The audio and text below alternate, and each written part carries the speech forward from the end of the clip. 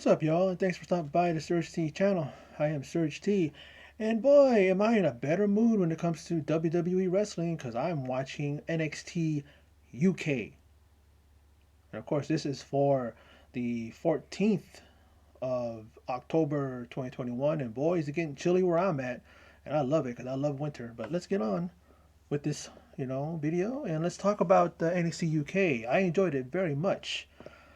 And I'm going to talk about it and let's get going. 18 weeks since NXT UK had a live audience, and at the BT Sports Studios, that's what it's called, right? I'm trying to remember. And the crowd is live and in full effect, and even Andy and Nigel are there, or are they? Because I didn't see them. But I know that when they are in studio, usually you don't see them. They're not in the audience. I think sometimes they're there. I think sometimes they're, I don't know. Because I know that, when it came to recent months, of course they're separated. They're not there. But excuse me, I got a frog in my throat.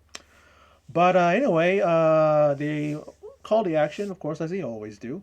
The first match is Blair Davenport versus Stevie Turner. Stevie Turner demanded this match, and Blair Davenport wanted to be reinstated, so Stevie Turner pretty much facilitated it through her demands on Mr. Sid Scala.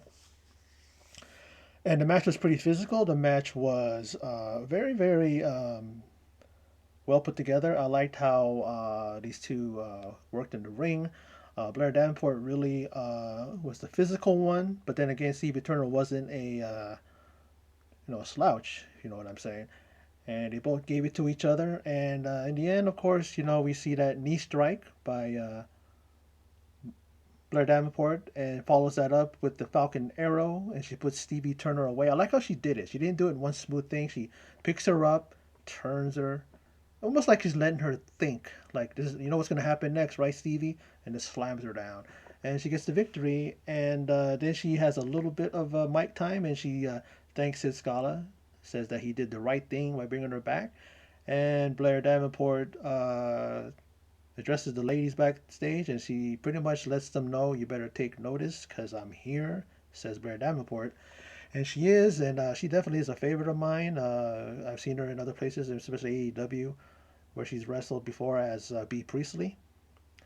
And yeah, she caught my eye then, and then she's here now in NXT UK. Perfect. I was thinking to myself that she definitely can go to the main roster because, and if they use her right, she could definitely be a major heel on SmackDown or Raw. But I'm not hoping that for her because by if those of you who watch my channel know that I can't stand SmackDown or Raw right now, especially SmackDown because SmackDown has gotten bit by the virus that Raw has. It's also pretty bad itself. But I don't want to dwell on that because I want to be positive because I loved what I watched on NXT UK. So let's continue. Noam Dar is waiting for a surprise from Shaw Samuels. And instead, his people have a happy birthday decor up, and he feels bad about it, but Noam Dar's like, he's okay with it, right? Because he says it's just a practice for his eventual victory in the Heritage Cup Championship. A little bit confident, but he's always overconfident. Is Noam Dar. Now, Tio Man promises his family will grow soon. It's been a while there, Tio Man. Your only family member is Rohan Raja.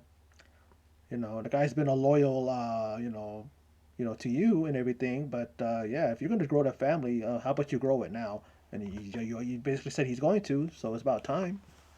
You only have one guy in his family. I mean, I don't know. I was trying to think like who is it that would be a good member of his family, but I can't think of it right now.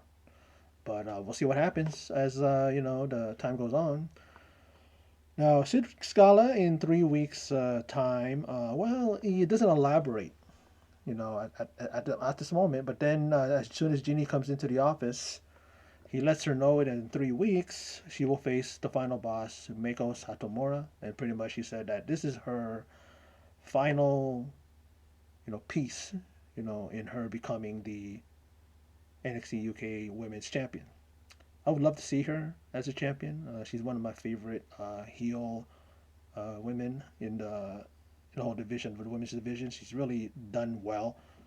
And I think that adding Joseph Connors kind of brings a little bit more of thing about her, because a guy is nothing but a weasel, and he does everything he can to get her to win, right? So why not, But let's see what happens. I still like Miko Satomura as the champion. They should give her a really, really long run. But if they give it to Ginny, it's gonna be, it'll be perfect. And I think that she's the one that could definitely take it from her, and I wouldn't complain. Flash Morgan Webster, we know he slapped Saw Samuels last week, and well, this match, he did everything he could to keep Shaw Samuels at bay, but Shaw Samuels was pretty much outclassing him and really out wrestling him. This is going to be another string of add to the string of losses if he loses this match, and well, Shaw Samuels makes Webster pay for that slap last week, and he catches Flash. Flash comes off the rope. He's how Flash Morgan Webster is. He's a guy who jumps off the ropes, off the top turnbuckle, and all that. Well, he jumps off the ropes, but really sick, really incredibly well executed move. Shaw Samuels catches him and hits him with a spine buster, and that was it. Picks up the victory, and there you go, another string of losses. Well, not a string of losses. It's been a string of losses. This is another, uh, you know, loss to add to it, and he's gonna have to kind of pick it up. I think Mark Andrews is doing being decent. I think Danny Luna hasn't had a loss in like a number of matches, so I don't know. You looking at the weak link? Maybe that's him. Now the Nina Samuel show. Eh, you know, it's like she interviews Zaya Brookside, who's in the middle of a workout. She's like, "What are you doing? What is this all about?" And to me, I was thinking like, yeah, she's annoying, Nina Samuels. But then at the same time, it's just like it's the kind of annoying that I don't mind. She's a little bit over the top, a little bit overacting and all that stuff, but it works for her because she's so full of herself. She calls herself the first lady of NXT UK, right? And then she's trying to put her in her place by saying, "Oh, you haven't lost. You lost to so and so. You lost to Amal. You lost to this one." And then what do you call it? Says, "Well, you lost to them too." She kind of Cy Brooks kind of sticks it to her, and then she's all trying to cover for herself and trying to recover and kind of make a comeback. And she's like, "Well, how about you have a match with I think her name was Aaliyah Hayes. I didn't catch the last name." And then Zy Brooks is like, "Hey, come over here. Like you and I haven't faced each other before. How about you and I wrestle next week or have a match?" And he's like, "Oh yeah, sure." And then she goes off with her and goes, "Let's have a workout." So and then what do you call it? Nina Samuels tries to save face, and she's all chippy and cheery and all that stuff in front of the camera. Oh yeah, whatever. And then I'm like, oh well, you kind of got put in your place. You're trying to do it to Zaya, but Zaya Brooks had kind of flipped it on her. So no, I don't know if we're gonna have another episode next week. I don't know. Yeah, you know what I mean. She'll do it. She'll find some place, maybe a backstage or in the locker room. She'll bother somebody else. But let's talk about next week. Symbiosis versus Jack Stars and the Bomber Dave Mastiff. We saw that little melee, that major,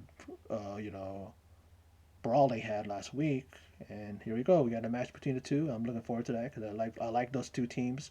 Very physical, and we also see we call it Gallus interrupt. The Irish Ace Jordan Devlin as he's talking to Skid Scala, and Jordan Devlin lets the bomber know that hey, you just interrupted us, but I just got through talking to Sid Scala. He's gonna give us a rematch. And then he tells him, you know what? There's a difference between a king and an ace. He says, you've main evented twice and you haven't come away with nothing. And he says that I was at a takeover and I came away as a champion. You kind of hear Joe Coffey after he leaves Jordan Devlin. He goes, yeah, but that was for the cruiserweight title. But then before that, he tells him, I want to tell you something that an ace always beats a king any day of the week. And in that match, he was able to get Sid Scala to agree to ban Mark Coffey and Wolfgang, and that's going to be something that's going to kind of maybe tip the scales into Jordan Devlin's favor, because Jordan Devlin, I mean, he can get the job done, but of course, if you see that match last week, he was distracted by Wolfgang and distracted by Mark Coffey. So I mean, this is probably going to even it up. But then again, I always talk about how, yeah, you ban those two. Maybe Joe Coffey has someone else, another friend that can come in and, and distract Jordan Devlin. Jordan Devlin seems to get distracted pretty easily. If he's the Irish ace, if he's the guy who is always on top of things and he has everything under control, well, maybe he shouldn't get distracted. Just saying. Now, the NXT UK Championship between the champ Elio Dragonoff versus A Kid. I tell you, this match I was excited for. I thinking, okay, it's gonna be great. The matchup, even though Ilya Dragunov maybe has the advantage in the power department, but I think that A Kid is deceptively strong, and then also technically and everything, especially with the submissions. But this match really it moved at a really slow pace. I don't understand why, and I don't know why, because these two are athletic, like I said, fast, and they display great classic technical wrestling. But they're too busy at first throwing kicks and chops and punches, and I'm thinking, yeah, you're doing that, but are you telling a story in the ring, guys? But then it picks up. Okay, it does pick up, and now this match now picks up the pace, and we see sheer brutality. I mean, at one point, Dragunov looked to connect with a torpedo Moscow, but then A Kid connects with a side kick or a single leg drop kick, and stops him in his tracks. The champ and delivers a, you know what I mean. And he gets after getting that stiff kick in and drop in Dragunov, he gets only a near fall, and then A Kid locks into submission. The Plancha. I'm trying to. I should look that up and get the proper pronunciation, but that's what they're pronouncing it as. Andy, and Nigel. But then Ilya strikes his way out, and he hits the torpedo Moscow first on the knee of A Kid, and then he follows up and hits and connects where he usually connects, right in the what's that? Right in the face, right in there in this area, the chest area, wherever he. Oh, I think he tries to connect it anywhere, but normally he hits it around above the chest and right around the head area. I think he hit what do you call it, Walter in the head, didn't he? I think he did, but anyway, he did connect. He did connect with it the way he usually does, like I'm trying to say, and then he pins and retains the title against A Kid. Then afterwards, we see a show of respect. They both shake hands. I mean, Ilya had to hold his hand up. I don't know. He looked like he was being sarcastic or he was being like condescending to A Kid. I thought he was doing that, like going like this to him, but he was trying to hold up his hand, because A Kid actually was working on that arm and on the other hand, Dragunov was working on the knee and the shin area of thing. But yeah, I mean, that's to me is quick and to the point. Not a lot of nonsense. Not a lot of BS when it comes to uh, whoever writes for NXT UK, whoever books the matches, whoever produces the matches, are doing a bang up job. You know what I'm saying? I don't understand why Raw or SmackDown, and even like NXT, just a little bit is getting affected by just nonsense. I don't understand it. Maybe it's just because it's not in the limelight yet, really. I mean, it doesn't get as much shine as Raw, SmackDown, or NXT 2.0. But like I've always said ad nauseum, that this is to me the best indeed the best show, probably out of all four brands. I consider this a brand. I'm gonna call it a brand because it's just so quick and concise, and it's just like not a lot of nonsense, not a lot of stupid backstage bits and stuff like that. And when they have backstage segments, they're funny and they're quick and to the point. They don't dilly dally and and take the scenic route, and not get to the destination. You know what I mean? And then these guys do it, and they do it to perfection. I have no problems with any of it. Week to week. There was one time where it was like, I didn't like one thing or that, but it's like still didn't ruin it for me. But that's NXT UK. I never get disappointed. I'm never as disappointed, really. And I'm glad that they continue to put out what they put out.